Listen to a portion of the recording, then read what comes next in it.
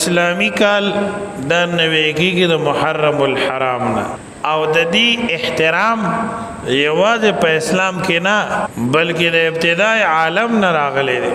دیو جنا د دې میاشتې احترام د ابدي او ازلی. البته اسلامی تاریخ کې بشمار واقعات او ډیر عظیم عظیم کارونه هغه د میاشتې سره تعلق لري چې د هغې په وجه د دې میاشتې په شان کې نورم اضافه راځي. په دې وجه رسول الله صلی الله علیه وسلم فرمایي د رمضان د روزو نه بعد اوچتې او بهترینې روزې هغه د محرم د میاشتې دي. د دې حدیث یو مطلب عالمانو د حدیث دا بیان کړی دی چې د رمضان د میاشتې نه بعد د رمضان فرضی روزو نه بعد مسنون او نفلی روزو کې اوچتا او لوی د ثواب روزه د لسم محرم ده، د عاشوری روزه ده. او دویم مطلب د محدثینو د کلام نه دا معلومی چې د محرم د میاشتې هر ورځ د دې روزه په نفلی روزو کې بهترین روزه ده. عددی توجیه تایید د عبدالله بن عباس رضی الله عنهما د یو روایت نکیږي. امام عبدالعظیم منذری رحمه الله الترغیب والترهیب دویم جز کې ذکر کړی دی. سیدنا عبدالله بن عباس رضی الله عنهما فرمای کم سړی چې د محرم په میاشت کې یو روزه ونیسي الله تعالی دته د اری ورځې د روزې په بدل کې د 150 روزو ثواب ورکوي. نو دینه معلومیږي چې دا ټول بیاش بهتره ده. خو زیات تاکید هغه د لسم محرم راغلی. رسول الله صلی الله علیه وسلم مدینه منوره ته تشریف یوړ په حدیث د مسلم کې راغلی. يهوديان روزه نیوله مدینه منوره کې هغه وخت کې دی اوسېدل. پیغمبر پاک صلی الله علیه وسلم ته تاسو کو چې تاسو دا روزه ونی نیسئ. دی به روزه نیوله او په دغه ورځ ډېر خوشاله او ښې جامې به اچولې او خوشحالي به ښکاره کوله. حالانکه د یهودو روزه چې وه د هغې تصور هم دا دی هغه وخت کې هم دا و چې دا فرضي روزه د هغې به کموه نو دا به دوی د غم په شکل کې نیوله. خیرنې جامې به وې ګنده سر ګنده مخ چا سره به خبرې پکې نه کولې او غم زده به ناستو. خو د عاشوري روزه په دې کې دوی خوشحالي ښکاره کوله. رسول کریم صلی الله علیه وسلم ته تپوس وکړو چې تاسو دا ولې کوئ. هغوی ورته عرض وکړو چې په دې تاریخ باندې الله تعالی موسی علیه السلام سره ډېر لوی مهرباني فرمایلی وه، ډېر لوی رحم یې کړی او ډېر لوی مدد یې فرمایلی و. موسی علیه السلام او بني اسرائیلو ته الله نجات ورکړی او د هغې مخامخ یې د هغې دشمن غرق کړی و فرعون په اوبو کې. نو دا تاریخ د دې میاشتې لسم. نو موږ د دې خوشحالۍ دپاره د الله د دې نعمت شکر ادا کوو او په دې ورځ باندې روزه نیسو. نبی پاک صلی الله علیه وسلم فرمایل مونږ د موسی علیه السلام اصل ملګری او ملګرو ته فرمایل صحابه وتا تاسو به آینده کاله د محرم روزه نیسئ. یهود سره مخالفت کوئ یو منیسئ دو نیسئ نه هم سره یا ملګری کوي یا یو لسم ملګری کوي. امام ترمذی رحمت الله علیه یو حدیث ذکر کړی دی. نبی پاک صلی الله علیه و آله وسلم فرمای د رمضان نه بعد که چرته تاسو روزې نیسئ د محرم په میاشت کې ونیسئ ځکه دا د الله تعالی د خاص رحمتونو میاشت ده او په دې کې یو داسې ورځ ده چې په هغې کې الله د یو قوم توبه قبوله کړې وه او آینده دپاره به هم د یو قوم توبه په دې ورځ باندې قبلی سو.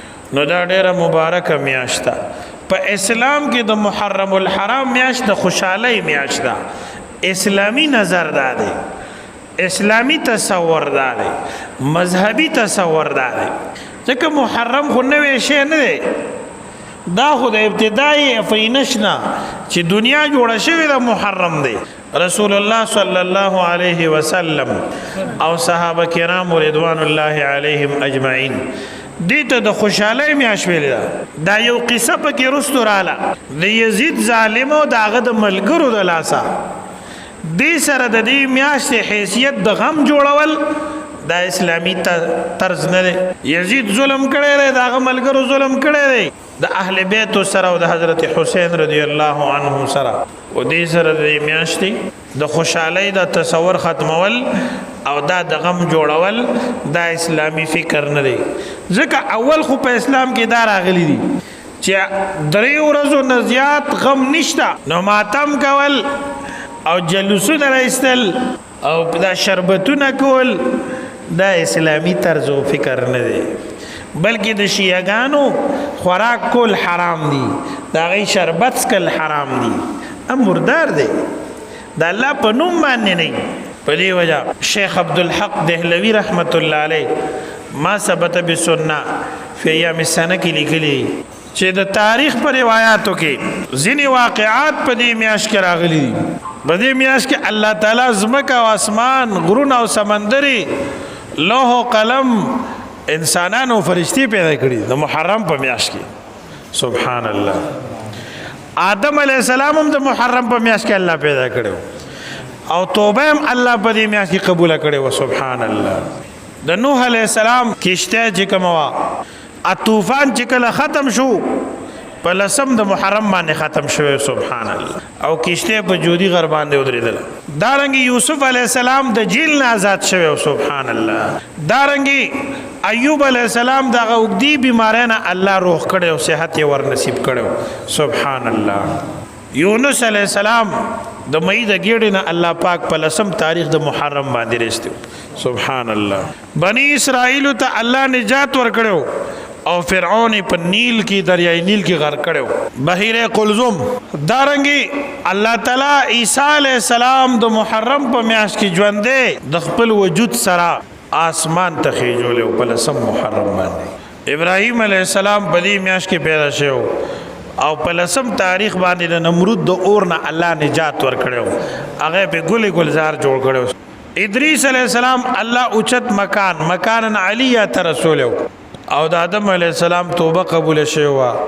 سلیمان علیه السلام ته سلطنت ورکړی شو او په کتابونو کې راغلی دي چې قیامت بم د محرم په میاشت د جمعې په ورځ باندې راځي. سبحان الله او استغفر الله. د تاریخ په کتابونو کې واضح طور دا شته چې دا ټول واقعات په لسم تاریخ د محرم باندې شوي چې ته موږ عاشوره وایو. دا واقعات د اسلام نه مخکې دي، د محمد رسول الله صلی الله علیه وسلم دنیا ته تشریف وروړلو نه مخکې دي. دارنګې د نبی علیہ السلام تشریف اورۍ نه بعدم ډېر اهم واقعات د محرم الحرام په میاشت کې مخې ته رالل. عائشه صدیقه رضی الله عنها فرمایي د محرم په میاشت کې به اهل مکه بیت الله شریف ته غلاف بدلولو. نه پوری د محرم په میاشت کې د بیت الله شریف غلاف چې بدلیږي د محرم په میاشت کې بدلیږي کنه. دارنګي د محرم اول تاریخ باندې خلیفہ رسول الله صلی الله علیه وسلم مراد رسول سیدنا عمر فاروق رضی الله عنه شهید شوی. قاتلانه حمله پیښه هوا د سحر په مانځ کې 25 تاریخ د ذوالحجه یو سورې بیماری تیر کړه زخم کې او په یکم محرم الحرام باندې د دنیا نه پرده شو رضی الله عنه. په دې میاشت کې د رسول الله صلی الله علیه وسلم مبارک نوسه د فاطمه الزهرا رضی الله عنها مبارک د زړه ټوکړه مظلومی کائنات سیدنا حضرت حسین رضی الله عنه سره یزید او داغه ظالم ملګرو ظلم کړو د کربلا په میدان کې او د شهادت اغلوی مقام تا الله سیدنا حسین ابن علی رضی الله عنه داغه مبارک بچی نه او دارنګ نور اهل بیت تقریبا او یا کسان د ظالم شمر ذل جوشن عبد الله ابن زیاد او دارنګ د یزید فاسق او ظالم د لاسه د شهادت مقام ته رسیدلی. دا هغه خصوصیات دي چې الله پاک د محرم الحرام میاشت ته ورکړي.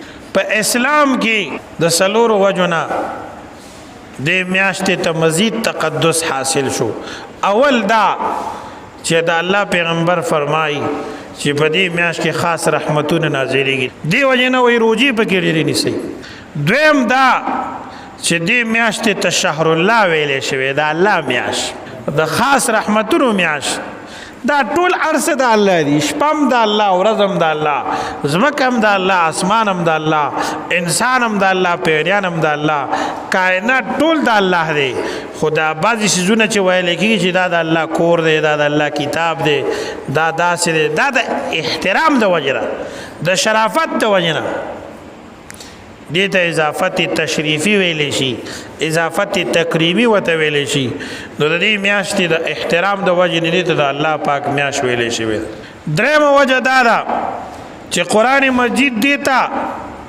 د عزت میاشت ویلې ده 4 حرم اشهر حرم کې 4 میاشتې دي او په هغې کې محرم ته یو خاص مقام حاصل لے رجب تا ذی قعدہ و ذی الحجہ تا پس 12 میاشتو کی اچت مقام حاصل لے سلورم لوی خصوصیت دا دے چې د اسلامی کال شروع د دې میاشتې نکی امام غزالی رحمت الله علیه احیاء علوم الدین کی احیاء علوم الدین کی لیکلی دی چې په احادیثو کې په دې میاشت کې د روزو نیولو تاکید ولې راځي او ډیر فضیلت ولې راځي د محرم د روزو فضیلت ولې راځي هغه وایي دا د کال لومبه میاشت ده د کال شروع دی نه کېږي نو دی وجه نه دا په نیکو باندې آبادول پکار دي او ډیر کوشش پکار دی د ګناه نه ځان ساتلو کې او دارنګې د ذکر اذکار او د تلاوت او د اعمال خیر په سلسله کې مهنت پکار دی چې د کال شروع په اعمال صالحه سره راشي نو د دې روزو او د نیکو اعمالو په برکت سره به ان شاء الله ټول کال زموږ مبارک وي خدا یو شی وکړي چې تورې جامې تور پټکي تور واسکټې تورې بورګې به نه اغوندئ او دارنګې د شیعګانو خوراکونه به نه کوئ او د صحابه کرامو بېادبي او ګستاخي چې کوم ځای کې کېږي هغه ډلو ته به نه ځي بعضې خلک په دې ورځو کې ځان ته سولي وایي او د شیعګانو ډلې ته ځي او د هغې ډله غټئ د شیعګانو ډله به نه غټئ په اسلام کې ماتم نشته دی الله پاک دې موږ او تاسو کې پوره دین پیدا کړي د صحابه کرامو تعظیم احترام او مینه او محبت د اهل بیت مینه او محبت زموږ د ایمان سره مونږه کې اهل سنت والجماعت مسلمانانو کې چې د اهل بیت څومره مینه او محبت ته دومره مینه یو قوم کې نشته دی زمونږ مونځ تر هغې پوره کېږي نه تر سوچ مونږ په باندې کې اهل بیت ته دعا نه کړي دته خو یو څو ورځې اهل بیت یاد دي او دا هغه خلک دي چې اهل بیت سره ظلم کړو دوکه ورسره کړې وه د تاریخ په کتابونو کې راغلي دي اهل کوفه زر خطونه حضرت حسین رضی الله عنه ته لېږلي وو چې دلته راشه مونږ به در سره ودرېږو چې کله راغه نو په لومبۍ ورځ په جومات کې ځای نو دومره خلک ورپسې ولاړو د کوفې جامع مسجد کې خو چې کله د حکومت د طرفه د یزید د طرفه او د هغه د والي د طرفه پې سخته راله نو ټولو تښتېدل استغفر الله او ځان له اهل بیت پرېښودل نو اوس په دې والو کار نه کېږي دا دین نه دی دا ماتم دین قرآن کریم دی د صحابه کرام تعامل او زندگی دا د محمد رسول الله مبارک سنت دی دا الله پاک احکام دی او د اهل بیت او د صحابه او مینه او محبت دی الله پاک جل جلاله دې موږ او تاسو د ټولو فتنو نه محفوظ کړي واخر دعوانا الحمد لله رب العالمین